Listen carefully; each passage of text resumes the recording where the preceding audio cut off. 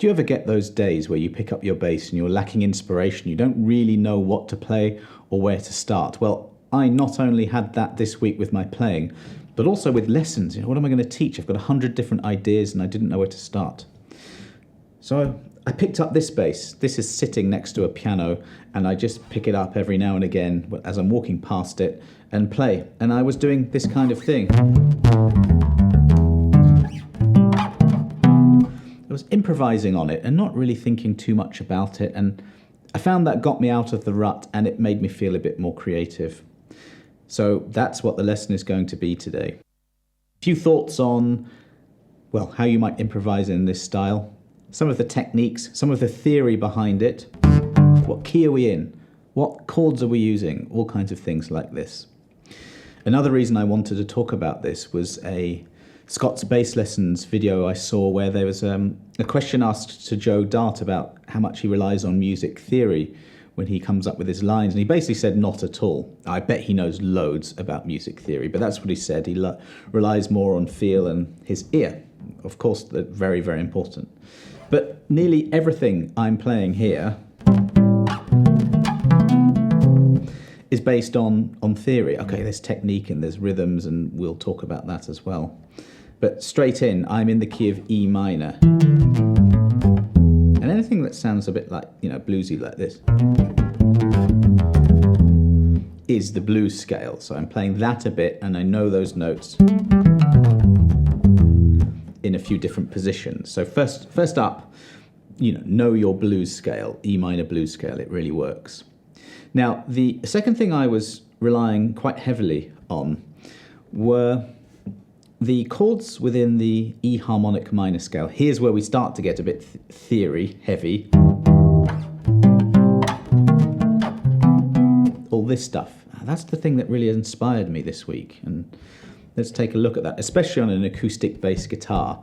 When I pick this up, I often want to play fingerstyle chords, even though I would never really do that in many real music situations. It's still fun. Let's run through it. We have an E harmonic minor scale.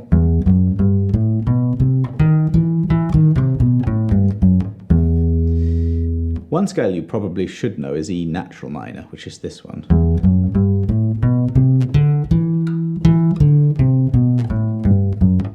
It's the same, you just raise the seventh and you have a harmonic minor.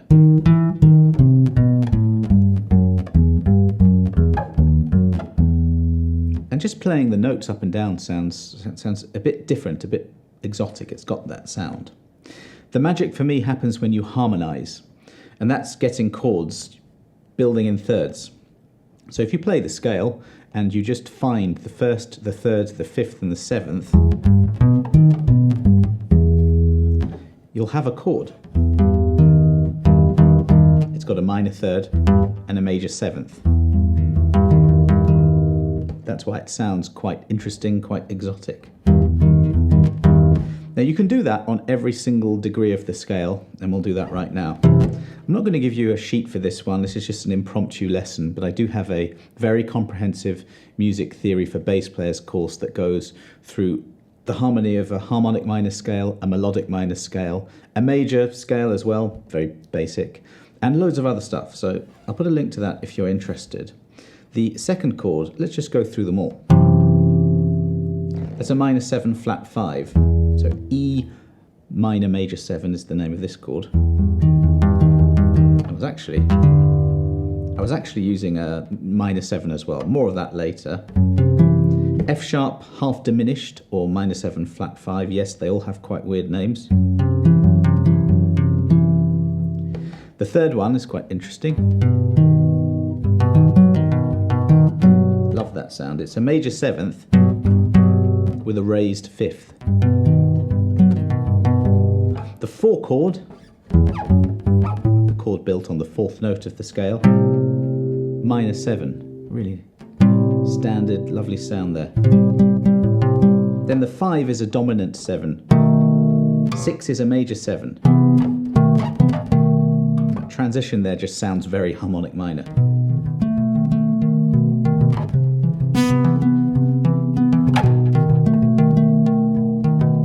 A quick word on technique. I'll just show you this pattern that I'm on right now.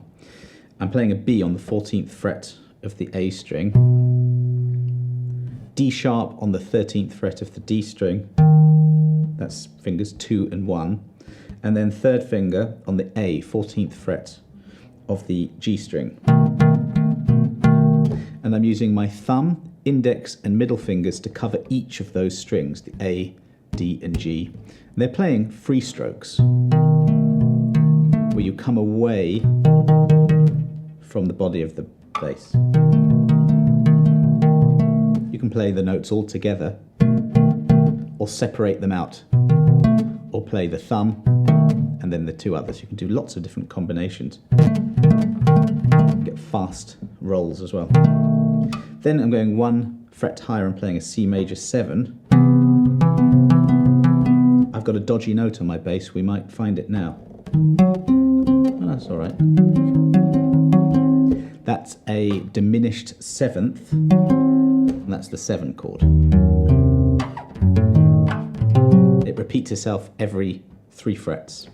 So that's the basis of the harmony when you're improvising around a scale like this. And I was definitely leaning on this. It's that same dominant 7th to major 7th move, but on the B and the C on the E string.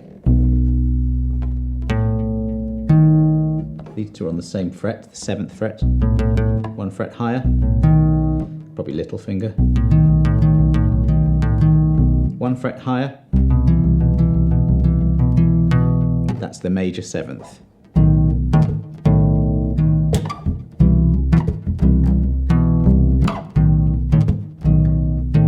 And initially I was doing just that really, just those 2 chords. And then here is that E minor 7. I'm not using the major 7th. You can interchange between natural minor and harmonic minor. In fact, you have a 2-5-1, a minor 2-5-1, which is in this key, F sharp minor 7, flat 5, that extremely weirdly named one, B dominant 7, and then E minor 7.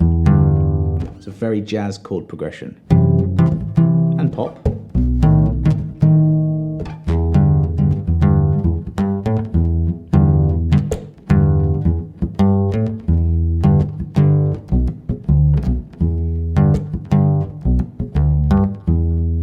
That was another thing I was doing in this sort of day of trying to find my mojo again after just not really knowing what to play. This happens all the time. It happens with any player. I hope my videos can help you get out of some of your ruts, and this was something for me. So here I'm playing an E minor 7 chord. So we've got the E, 7th fret A string, G 5th fret D string, and D 7th fret G string.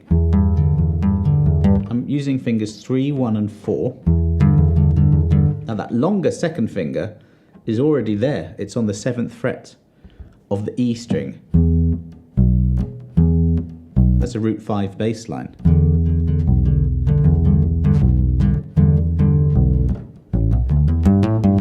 And you've got surrounding notes of, in that case, just E minor pentatonic. So you can already notice in this lesson that I'm speaking in music theory language. Minor pentatonic here, frets 5 to 7 on the E, A and D strings. All those notes fit.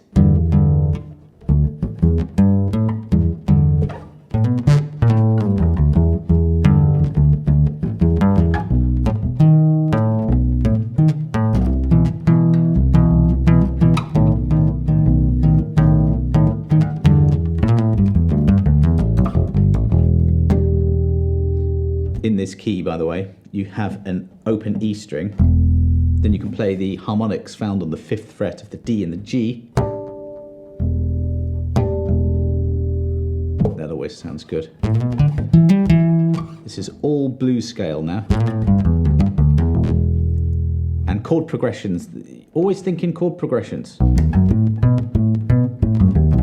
This is just improvising, this is just practice, but obviously lots of songs are made from chord progressions.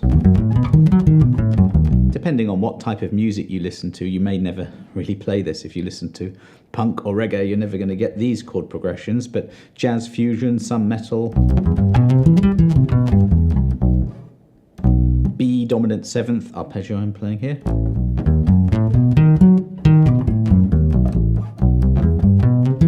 C major 7.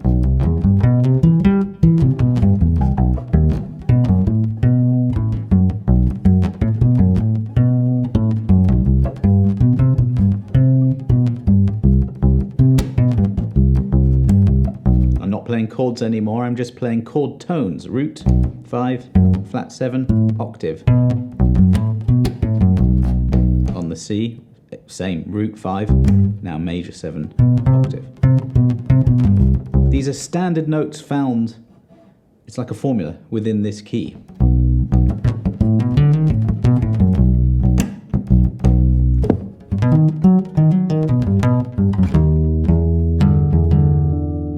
There are lots of different elements that make up good bass playing. Timing, good technique are just two of them. Knowing the fretboard inside out is another. So I don't want to focus too strongly on theory because then you will miss out on the other parts of it. But I am leaning quite heavily on theory in this lesson and in this practice routine to find the notes that will work. Obviously, you need to then work on technique and timing to make sure that you can play these ideas without stumbling. I don't know if chords are new to you. You might have to just, practice the hand shapes and moving them around. It's very much a technique thing.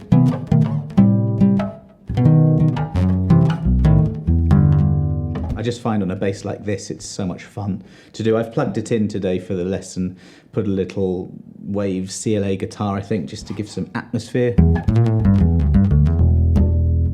which I like the sound of. But that for me is just making me explore this idea now.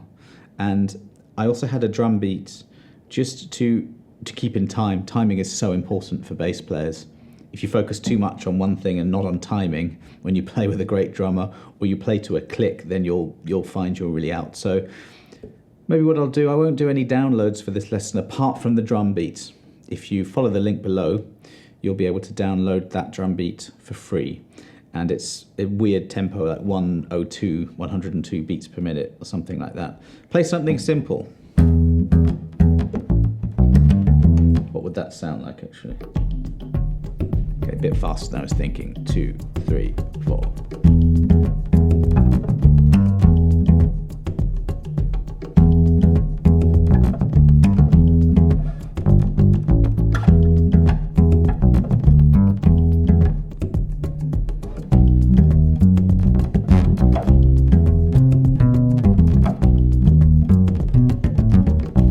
That's the B7 to the C major 7. That's what I'm doing there. Even triads, like this.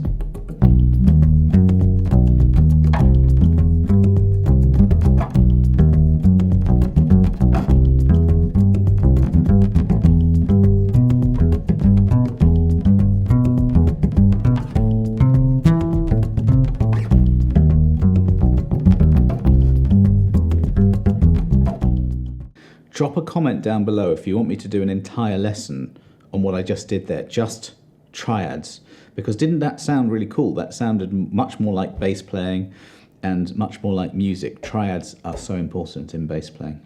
Leave a comment below if you want me to do that. And don't worry if you struggle like I do sometimes with just knowing what to play. It's normal. You'll just get back on the horse as soon as you pick up the bass and really just play anything. You can start with a technique. I started with a theory idea for this lesson. You can start with a technique. You can start with anything. You can listen to a bass line and work that out. There's so many things you can do, and those so many things are taught on my YouTube channel and website and all my courses and stuff. So thanks very much for watching, and I'll see you on the next lesson.